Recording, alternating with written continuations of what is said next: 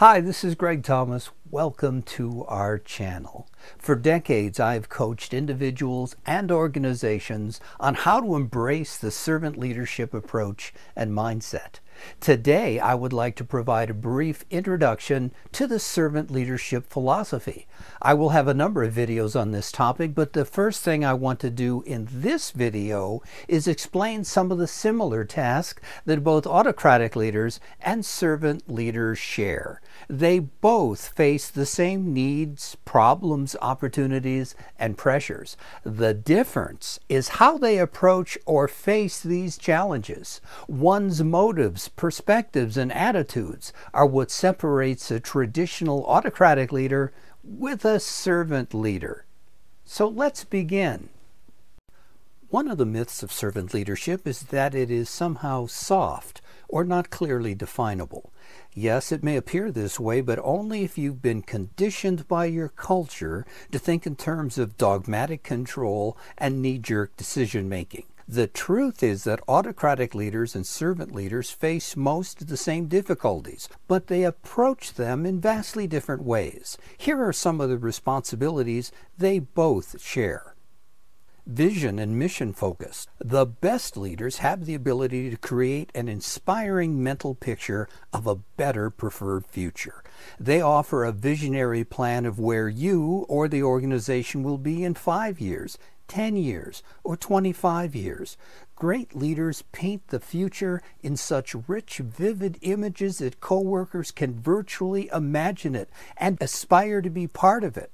Leaders also remind everyone to keep their focus and attention on the company's stated mission. Values. Authentic leaders strive to support a values-based climate in the organization.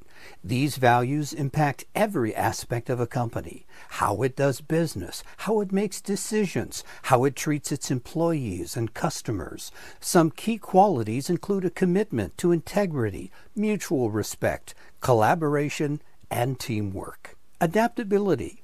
Leaders know that routines, plans, and schedules can change at any time. A resilient leader aims for a flexible approach that allows the organization to pivot as necessary, especially in times of new opportunity or threat. Focus. Intensity helps the leader to handle possible distractions while achieving their major objectives.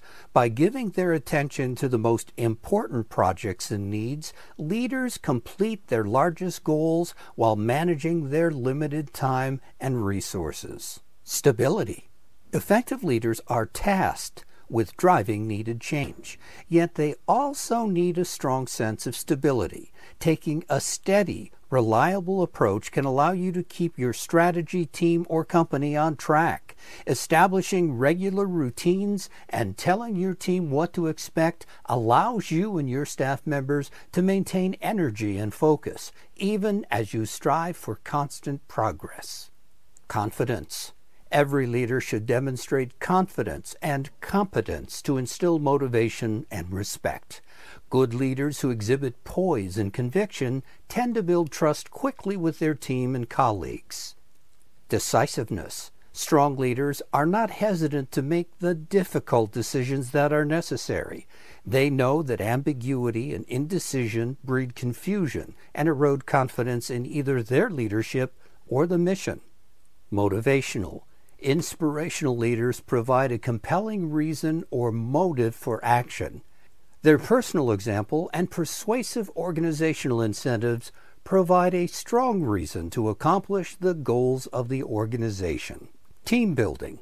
Accomplished leaders work diligently to build a diverse workforce into a cohesive, functioning team. The leader's goal is to have everyone cooperating together in harmony and to achieve the interest of a common mission. Again, these are some of the common shared challenges that both autocratic and servant leaders must address. One's motives, perspectives, and attitudes are what separates a traditional autocratic leader with a servant leader. I will explain some of the differences in perspective using just 2 examples. Example number 1, shareholders versus stakeholders. Autocratic leaders are primarily concerned with themselves and the organization's shareholders. These are individuals who hold a share or ownership of the company. These leaders are especially motivated to accommodate the largest shareholders who yield some power or could potentially challenge them or could initiate a change in ownership in the organization. With an autocratic mindset, it's the autocrat's desires and those of the shareholders that is always first and foremost. This has a tendency to motivate the leader to focus on short-term profit and loss. In contrast to this, servant leaders are primarily concerned with the organizational mission and its stakeholders. These are the internal and external partners who have a stake or vested interest in the long-term success of the organization. This includes not only external shareholders, but also its workforce, who support their families by their employment, vendors who sell products to the company, customers who expect quality products or services from the company. The servant leader balances the strategy and decisions they make to serve the needs of those who have a stake in the organization's long-term success and future.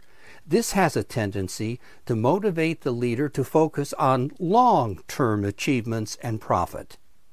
The second example between an autocratic leader and a servant leader is the positive organizational culture created by a dedication to servant leadership principles.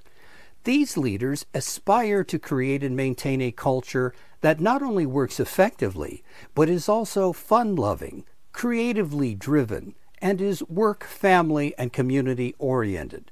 It's based on the core value that if you take care of people, put people first, the profit will take care of itself. It promotes the idea of people caring for people, and this encourages everyone to honor their commitments and to keep their promises and obligations.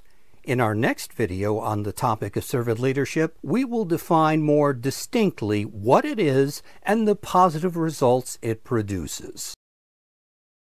If the information you heard today was helpful, go ahead, hit the subscribe button, and please give us a like. If you ring the bell, you'll be notified of new videos that I post. We do appreciate your support. This is Greg Thomas on behalf of Leadership Excellence Limited, reminding you that it was John Adams who wrote, "If your actions inspire others to dream more, learn more, do more, and become more, you are a leader." See you next time.